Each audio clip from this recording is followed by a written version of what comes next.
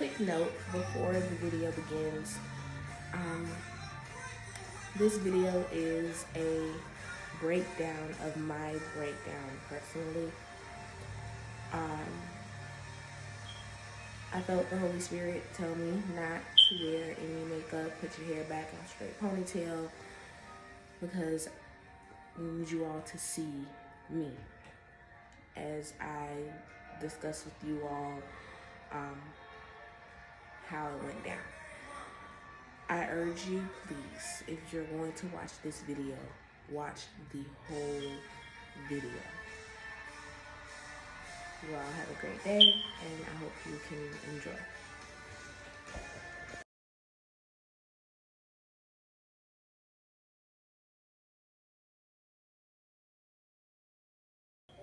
Good morning, everyone. I am back again with another video for you all. This video is going to be a bit of a difficult one. It is a breakdown of my breakdown. I really had to pray on this one. Excuse me, y'all. I really had to pray on this one. I'm not gonna really try to dig too deep, but I am going to be as open as possible without putting others' business out there. Because, if you all want, I could see, if my mom or my dad would never mind, doing a video with me, but I just don't want to, put their business out on Front Street like that. So let's get into it. To rewind back, the beginning of the situation in which ended with us ending up in a shelter, my parents split. My parents have been married for 25 or 28 years, I believe. They've been married for a long time. I have two brothers. Okay, I have two older brothers. So they weren't necessarily too much. Well, I don't know, but I don't really think they were too much affected by the ending of the marriage, only because, well, physically, because they were already gone. They were grown, they had their lives, and so they were out. Me, on the other hand, as I said before, I was in my preteen years. Now, the funny thing about it is I never saw it coming, okay? I didn't grow up in a household where there was a lot of arguing, a lot of going back and forth, so for them to split like this, I was just like, what? Like, what's going on? I just remember one night, after I got out of school, my mom, she got me from school, and when we got to the house, then she said, go pack up some of your clothes, we're going to your aunt's house for tonight. And I said, okay. Then once we got in the car, she started crying, and I didn't know what was going on, so I was just sitting there like, okay. Long story short, we went to my aunt's house, and then from there we went to another aunt's house, and then from there we ended up going to the shelter. Now, with all that was going on, I can say that I developed some daddy issues, as people like to call it. I felt as though, it was feelings there that I never experienced before. I am a huge daddy's girl, okay? Anybody can tell you that. I love my dad to life, okay? I'm a mommy's girl too, but I've always leaned more towards my dad. And I feel like it's like that with all girls who have dads, But yes, I'm a huge daddy's girl. So for this to happen, then me personally, I had started to blame my mom. And that's why, like I said in the previous videos, that's why the friction between me and my mom started, because I was blaming her for what was going on. And even though, like I said, she was, explaining everything to me along the way, I just felt like, I'm not trying to hear that. No, that's not what really happened, even though I don't know what really happened. So I'm just saying, what I was thinking. But I still somewhat lean more towards my dad, because really at the point, my dad was still in the house at our home. So I'm just like, that's where I want to be at. I'm not really thinking about what y'all got going on. I want to be back at home. Like, why are we here? So this attributed a lot to my breakdown. One, I had stopped believing in marriage.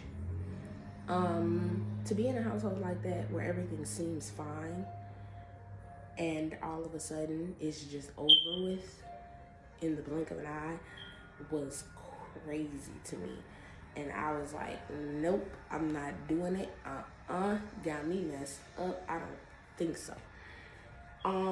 So I had stopped believing in marriage.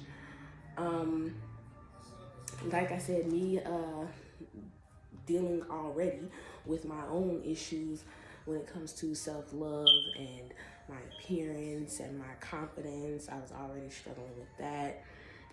Being in the shelter, as I said before, it made it no better. It actually made it worse. I had guys that I would want to talk to, and I would try my best to let them know, like, the situation that I'm in. And it's like, once they hear that, it's just like, nah, I'm good. Which is another reason as to why I just started to try to keep it to myself. Then on top of all of that,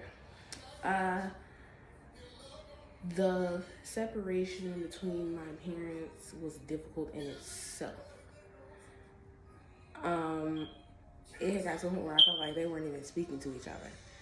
And I spent so many years in, I'd say, unnecessary confusion, because really both of them were telling me, their side of what was going on, but I wasn't trying to hear any of it. So I say that was unnecessary confusion, because they're telling you what's going on, you're just not trying to listen to it. You don't want to hear it right now. That's all. And later on, in the process of all of this, my dad moved on. He had a new girlfriend, and I had feelings towards her. Quite honestly, I just felt as though, I'm not gonna tell any story about it, but be careful whose shoulder you cry on. I'll put it like that. I came around one time, spending some time with my dad, and she was a friend, and then I came around again, and she was a girlfriend. So I'm just like, when did that happen? However, from there, I started to gain these feelings like my dad was starting a whole new family. So at this point now, I'm feeling like, what of importance am I? Like I said, I am a huge daddy's girl. And she had children of her own. So I'm just like, you went and you moved on, and I could understand, if you and my mom aren't working out, cool. But even though he didn't ever, forget about me, I still, in a sense, felt like he did. So that caused me to harbor feelings towards him. So now I'm pretty much just like at odds with both of my parents, okay? Like, everything was just crashing down in my eyes, okay? It's crashing, it's burning, and it's no reconciliation. I'm just like, I'm through with all of it. Now, like I said, my dad never actually, literally forgot about me. He still come and take me back and forth to school, still took care of me financially, and stuff like that, to a point, But at the end of the day, and this is just me being honest, at the end of the day, me and my mom were still going back to a shelter. So I'm just like, you're doing all this, but it's not really making much of a difference, if I can be blunt. And so, the breakdown of my breakdown. Um, Dealing with the issues and the trauma, and yes, I did say trauma. Anyone who comes up in a broken household is experiencing a trauma, especially those who grew up in a stable household, stable enough household, and it just ends. So dealing with that trauma really took a toll on my mental and my emotional health. Watch for your friends who smiles all the time. You can ask anyone who knows me, I'm always smiling. Regardless of what is going on, I love to smile. I can always talk to someone and give an encouraging word even when I'm not feeling encouraged myself. And that's not to boast or to gloat, but it's just, that's just me. I was very depressed in the last few years of my teenage life on up to when I went away to college. I was depressed. I had a lot of anxiety. I felt as though I had no control over my life, over what was going on in my life. Those that I let into my life, even just a little bit, I felt as though they were just like temporary. They say, you have friends who come for a season and those who are permanent. And some of them, vast majority of them, seem to just be temporary. And so that was taking a toll on me emotionally, because aside from being at odds with my family, I felt like, I had my friends. So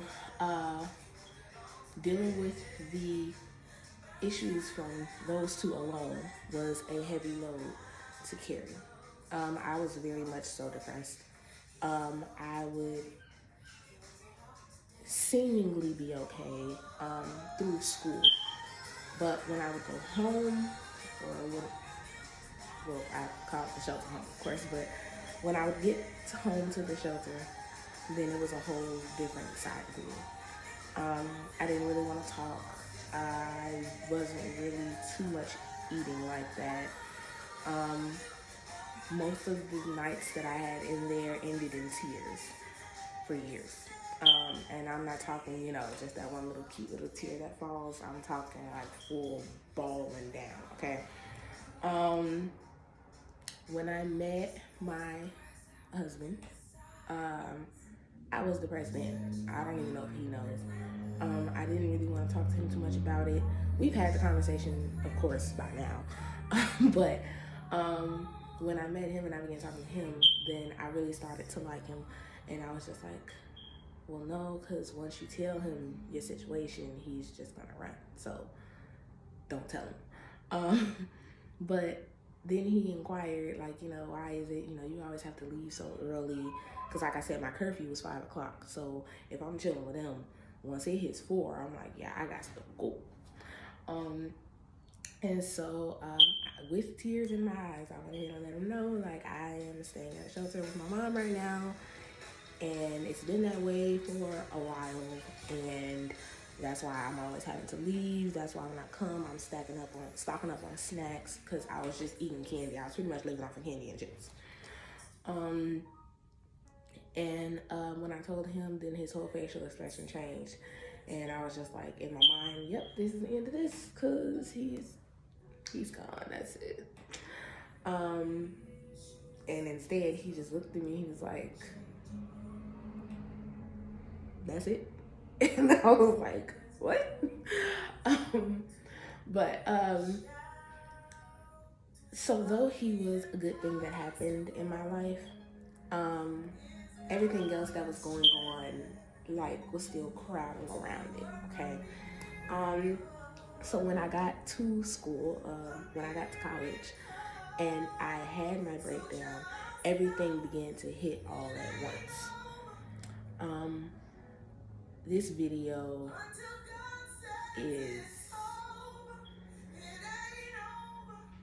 it's a different type of feel, okay? But I had to try to recognize God's voice from Satan's voice. As I said, I'm being completely blunt and honest. So yes, I was very close to suicide.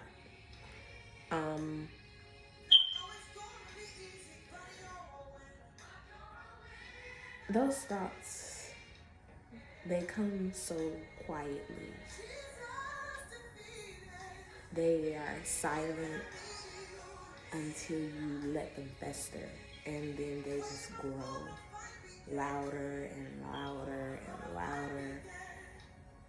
And it's crazy because that exact moment, everyone was calling me.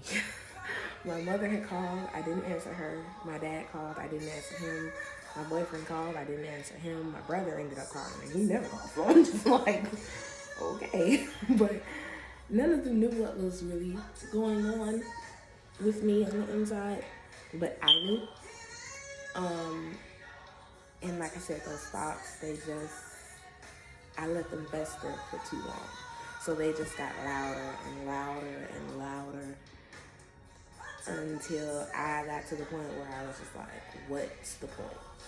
Like, if life is going to be this difficult, mentally and emotionally and physically, if it's going to be this difficult, what's the point? And you want to know what really led up to that final straw? It can be the most simplest things.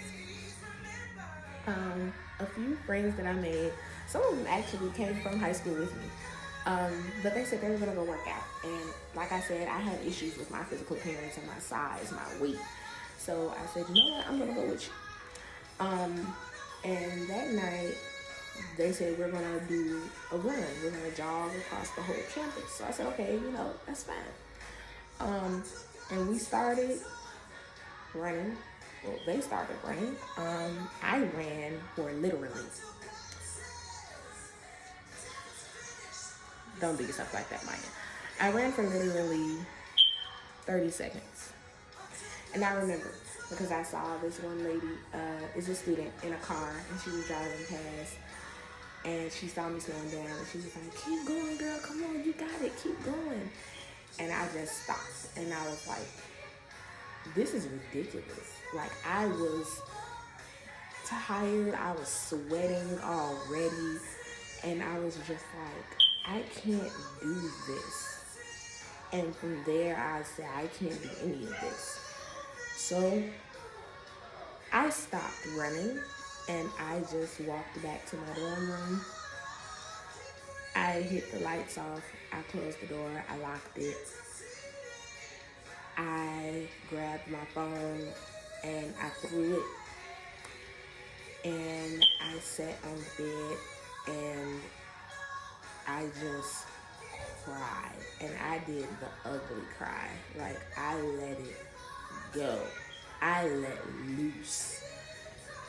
And I could hear my phone ringing, but it's like the sound of those voices in my head, those thoughts, they were so loud that it was overclouding my phone ringing. Like, that's how serious it had gotten. And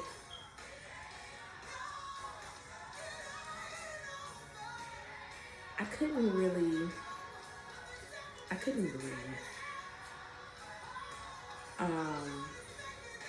It sounds weird. And no, it wasn't from the fact that I had just tried to run around the whole campus. The thoughts, like, they were messing with me, not just mentally, but they were messing with me physically. Like, I didn't feel like I could even move from that spot. And I could hear my friends, they were coming and they were knocking on the door, and I could hear them saying, Maya, what's wrong? What's wrong? What's going on? Are you okay? It's gonna be all right. Just try something smaller first, And the whole time I'm just thinking, like, they have no idea. Like, They have no idea this was the last straw for me. It's crazy. So I before a mirror or something I had in my room had broke. Um, it was a while back. I just never got around to taking it out to the trash, which is kind of lazy. But um, um, so I had just grabbed a piece of glass off the mirror, and I said, this is it. And I said I don't want to leave any notes or anything behind. What's the point?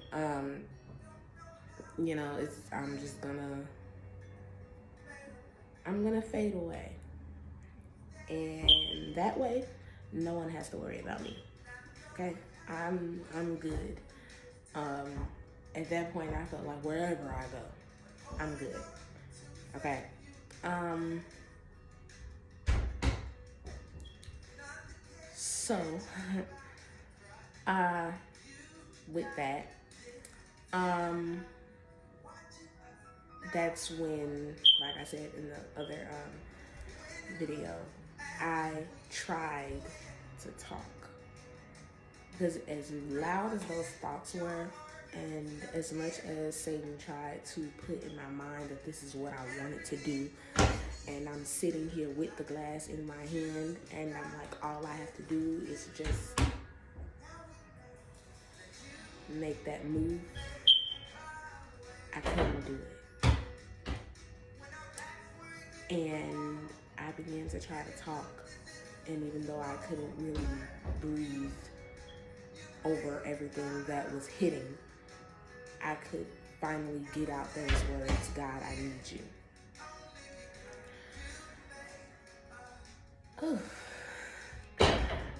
So that is a breakdown of my breakdown.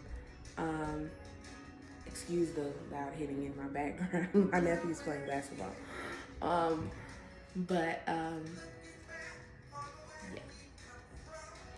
And it's crazy, I finally got to the point where I can talk about that without crying. And there's nothing wrong with crying. Just recapping on all the things that you've been through and how God brought you through it. It's enough to provoke an emotional response. I am thankful that I didn't do it. I am thankful for that breakdown. I'm thankful for that time, because that is when, even though I was at my lowest point, I like to think that that's when my healing process began.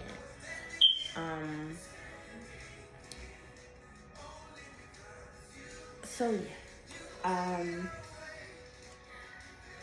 I have a lot that's going on in my life, okay? And a lot of different stuff it comes to me as I'm doing these videos. And I just want everyone watching this video to know that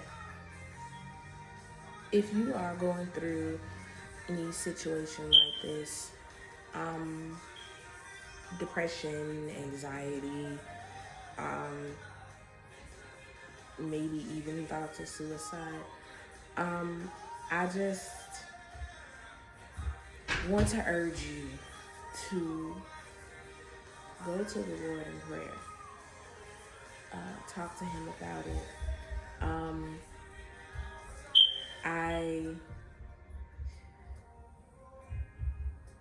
I know it can be difficult, very difficult. But yeah, talk to God about it, and just try starting a relationship with Him. Yes, it took me a long time to fester up the courage and the strength to go to Him, especially with me at the time feeling as though it was all His fault. So I do understand that thought process, and I understand that feeling. But I'm telling you, it is so worth it. It's so worth it. And also, when it comes to your mental health, I don't believe that there's anything wrong with speaking with a therapist. To just be able to go, and just talk. And that's what they're here for. So utilize their services, even if you go to a Christian therapist, go into prayer, talk to your therapist, work on you. And as you work on you, allow God to work on you as well.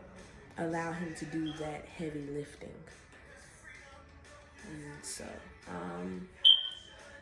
that's it. I pray that you all enjoyed this video. I pray that it helped someone in some kind of way, or that you were able to get something out of this video that blessed you. I pray that God gets the glory out of this video. And I pray for all those who have been in or are in my situation. I pray for their families, that God will open their eyes to see what's going on, possibly before it's too late. I love you all.